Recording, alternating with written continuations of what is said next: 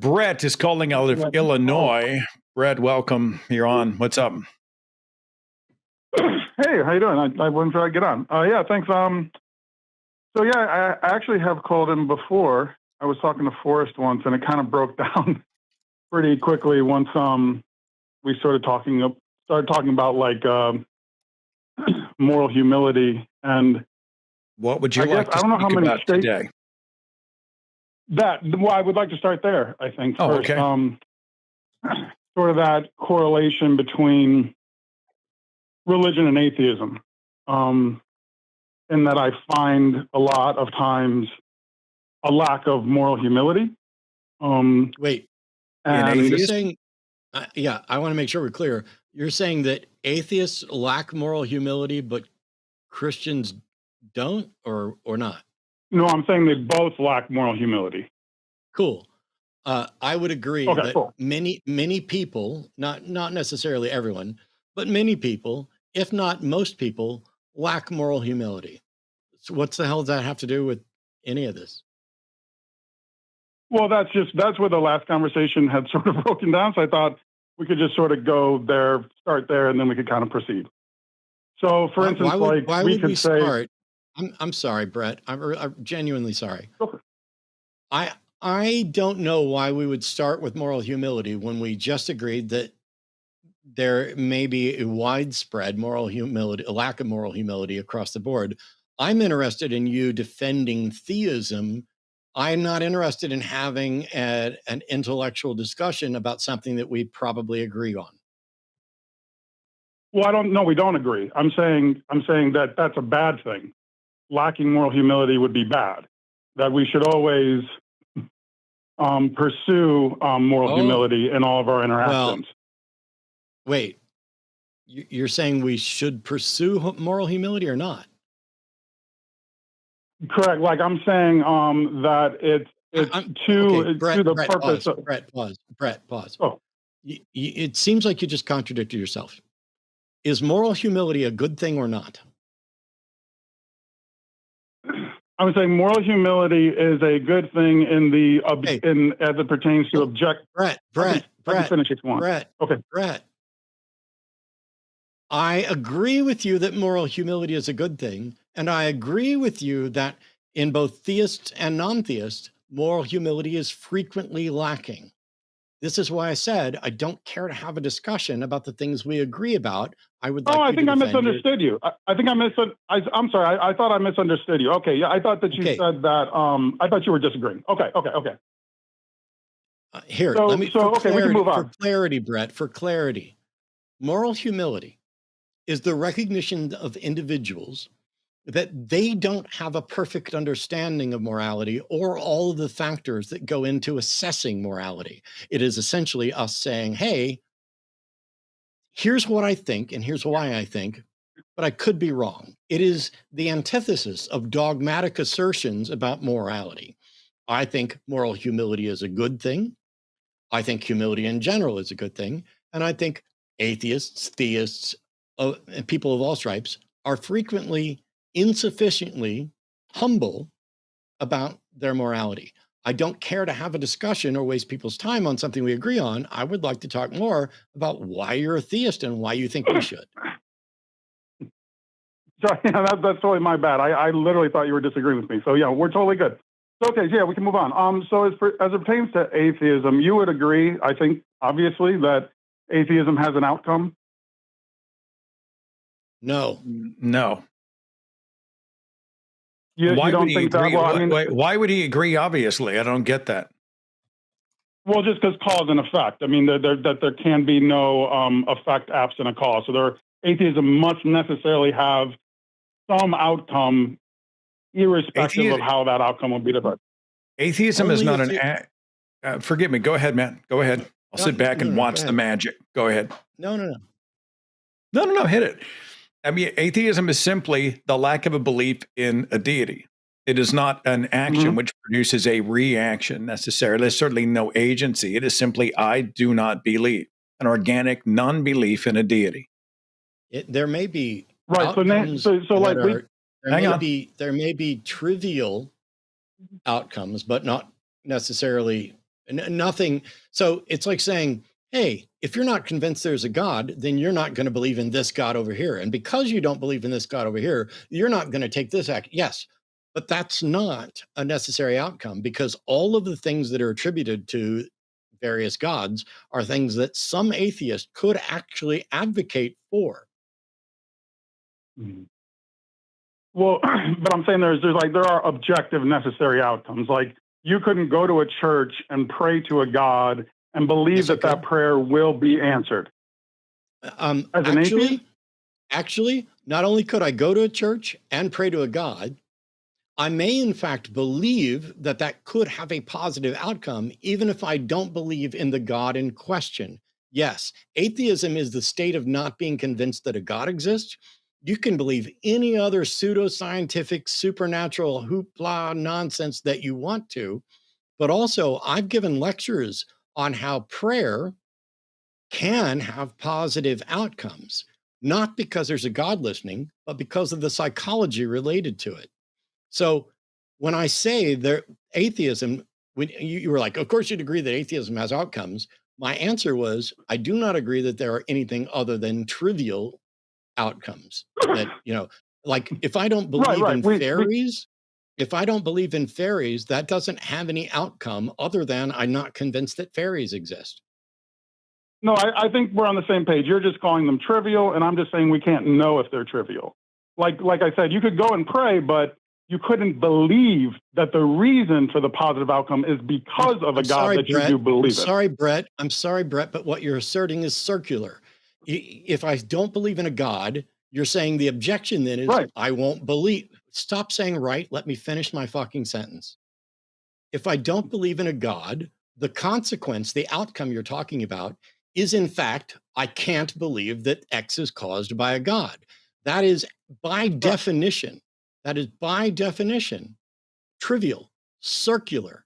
You don't get to say the outcome of my atheism is that I can't believe there's a God and be an atheist. That's correct. It's circular. Just like I can't be a married bachelor.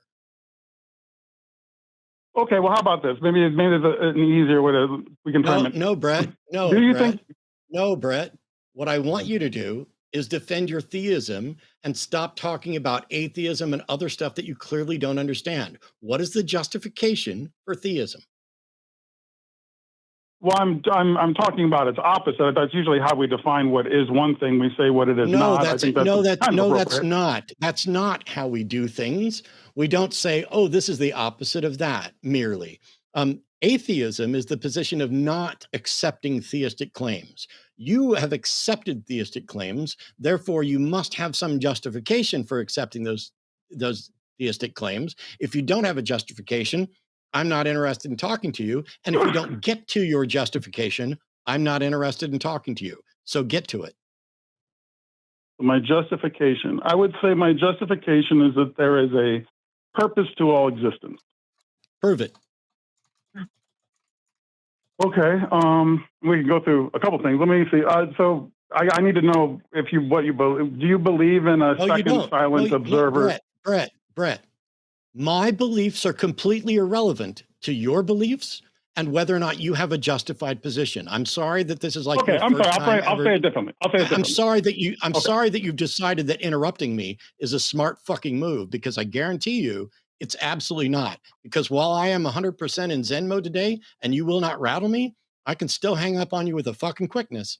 So let's start by acknowledging that what I believe is irrelevant to whether or not your belief is justified. No case for the existence of God, no syllogism that is valid and sound that leads to the conclusion, therefore it is reasonable to accept that a God exists, is in any way contingent on any position I hold or have ever had. Is that correct? Yeah, I can just make statements. Then I won't ask leave you me about the your belief. fuck out of it and get to your point. Okay, so there is a second silent observer that lives in all of us. Prove it. That silent observer. Well, that's already been proven. You can do that work for yourself. The silent observer that. No. I'm sorry. This is a totally unsubstantiated claim, and you just want to skate over it. We're not going to let you.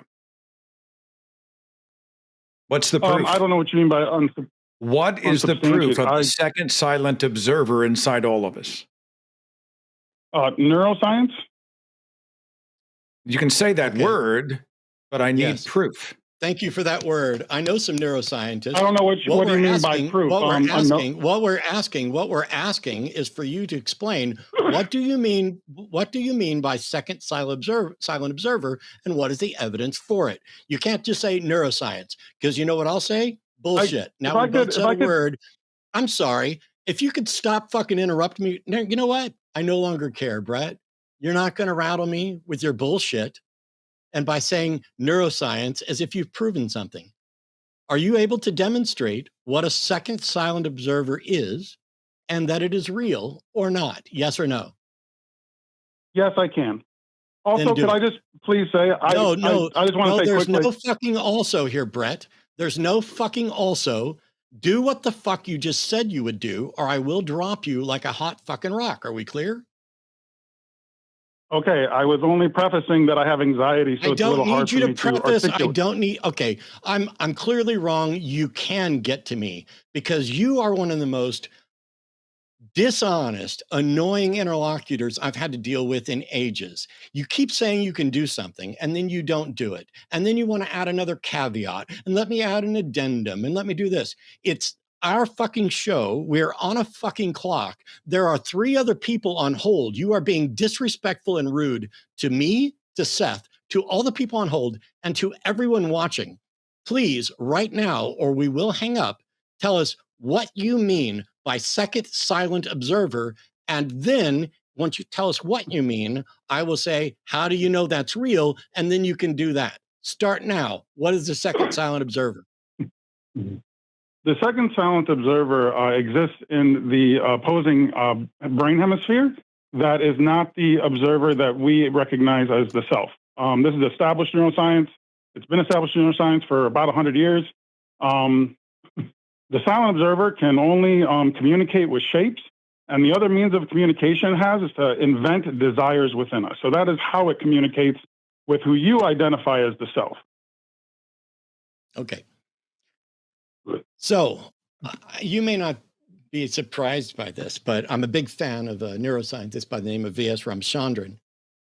And he's responsible in part for the discovery and amplifying the applications of mirror neurons. Do you know what those are?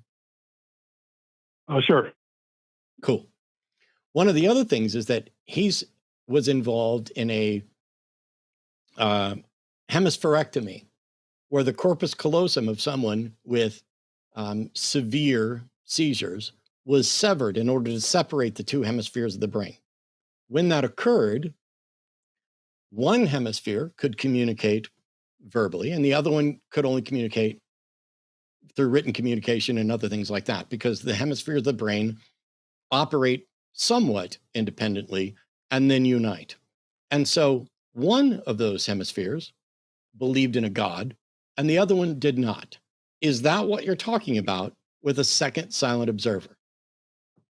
That is, but it's not in reference to any God claim. I didn't ask for that. You know, I hope you never get arrested and put on the witness stand, because you will be in jail. You are the shittiest witness because you don't just answer the question that's asked, you try to add to it. And that's how you're going to end up in prison. The individual hemispheres communicating are in that position because of severing the corpus callosum. When the brain is united, they are not distinct individuals. They are different portions of the brain processing different information in different ways. That's not necessarily a second observer. But if that's what you're talking about, I'm willing to accept that. See how easy this was? If you'd have just answered this question to begin with, I actually know quite a great deal about this despite not being an expert.